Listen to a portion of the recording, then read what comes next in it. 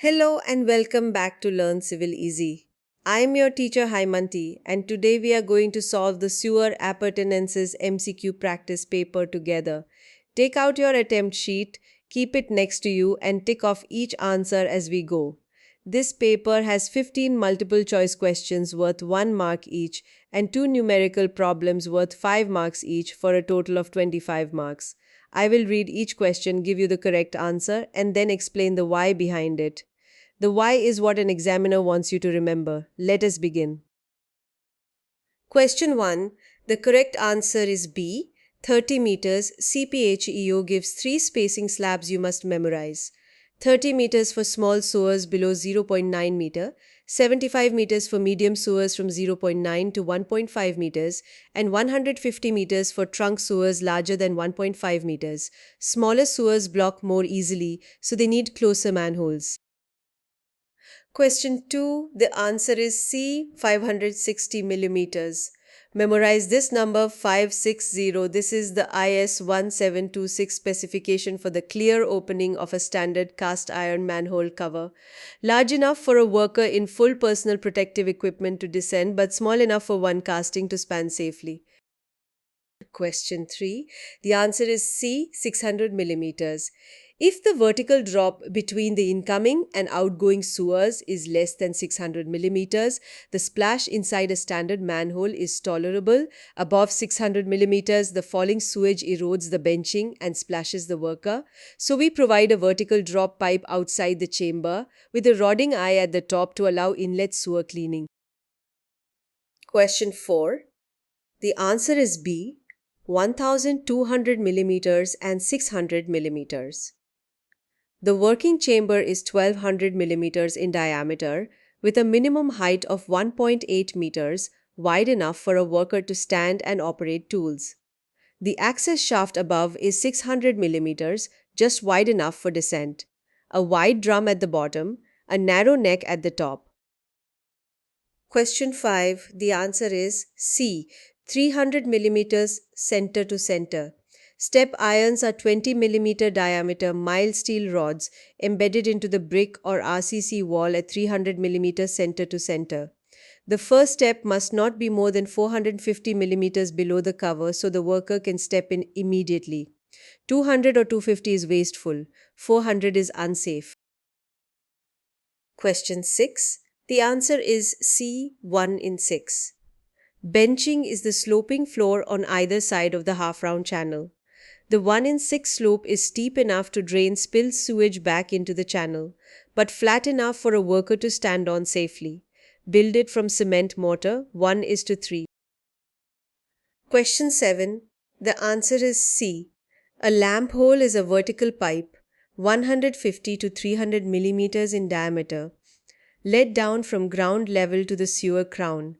A lamp is lowered into it and the inspector looks down the next manhole with a mirror checking for blockage or damage. It is not for ventilation, not for flushing, and no worker entry is permitted. Question 8. The answer is B. The challenge is that at minimum dry weather flow, a single large barrel would have very low velocity and silt would deposit. So we size barrel 1 for minimum dry weather flow, barrel 2 cuts in at average dry weather flow via an overflow weir, and barrel 3 cuts in only at storm flow. This way, velocity stays above 0.90 meters per second in whichever barrel is active. Question 9. The answer is C. Twice a day. This is an examiner's favorite. Inverted siphons silt up faster than any other appurtenance because flow is under pressure and any drop in velocity below self-cleansing deposits solids immediately. Twice a day, you isolate one barrel via the penstock, flush, rod, and then restore. This is non-negotiable. Question 10. The answer is C. 0.90 meters per second. For an ordinary sewer, the minimum self-cleansing velocity is 0.60 meters per second. But for an inverted siphon, where you have no chance to fix silting later because the barrel is underwater under a river, CPHEEO prescribes a stricter 0.90 meters per second at design flow. Remember the two values together, 0.6 for sewers, 0.9 for siphons. Question 11. The answer is C.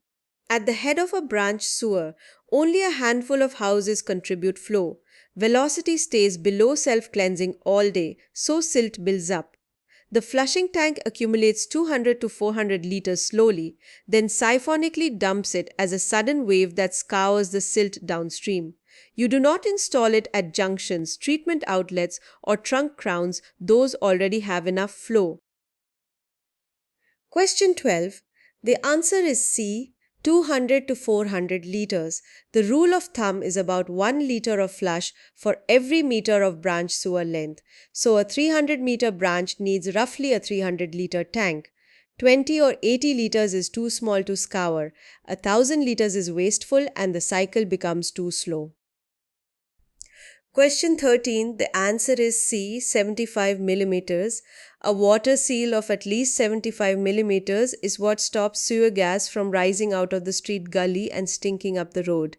Anything shallower can be siphoned out by a sudden flow. Also remember, the sill chamber should be at least 300 millimeters below the trap level, so debris settles before reaching the sewer. Question 14. The answer is C. 100 to 150 meters. Vent shafts release sewer gas, methane, hydrogen sulfide to atmosphere. They also stop pressure surges from sudden inflows. Spacing of 100 to 150 meters keeps the sewer breathing without making the streetscape look like a vent forest. And remember the height rule: the cowl must be at least 1 meter above the ridge of the nearest building. Question 15. The answer is B. Two rules in one, and both come up in Vivace. First, 45 degrees, not 90 degrees. A 90-degree T creates turbulence, head loss, and backflow into the house drain at peak sewer flow. Second, upper half of the sewer, so the connection enters above the dry weather flow line, preventing backflooding when the sewer is half full. So the answer is 45-degree Y branch on the upper half saddle.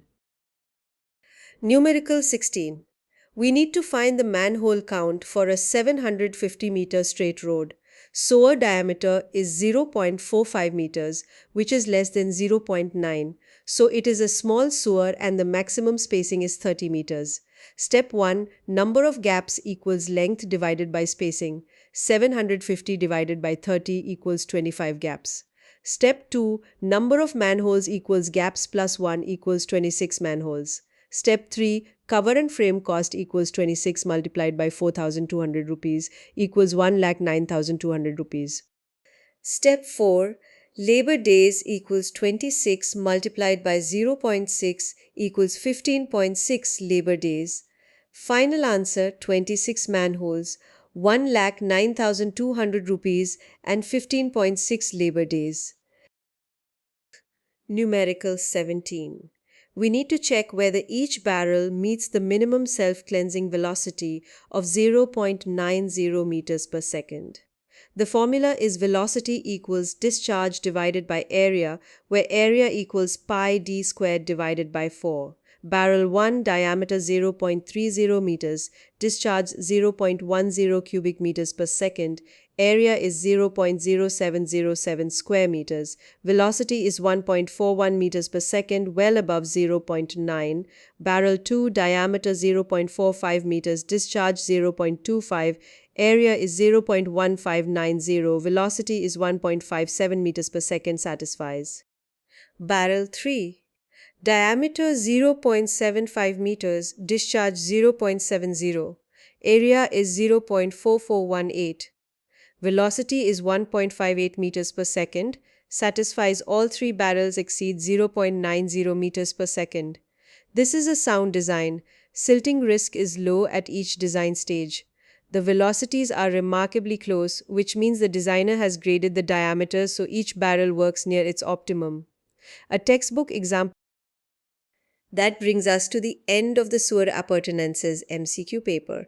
Total the marks on your scorecard, section A out of 15, section B out of 10, total out of 25. If you scored 22 or above, excellent, you're exam ready for this topic. 17 to 21 is solid, just revise the values that you missed. Below 17, please re-watch the concept lecture before your next attempt. If this video helped, please like, subscribe and share with a friend preparing for civil engineering exams. The detailed notes PDF is pinned on our Telegram channel, link in the description. Thank you for studying with Learn Civil Easy. See you in the next video.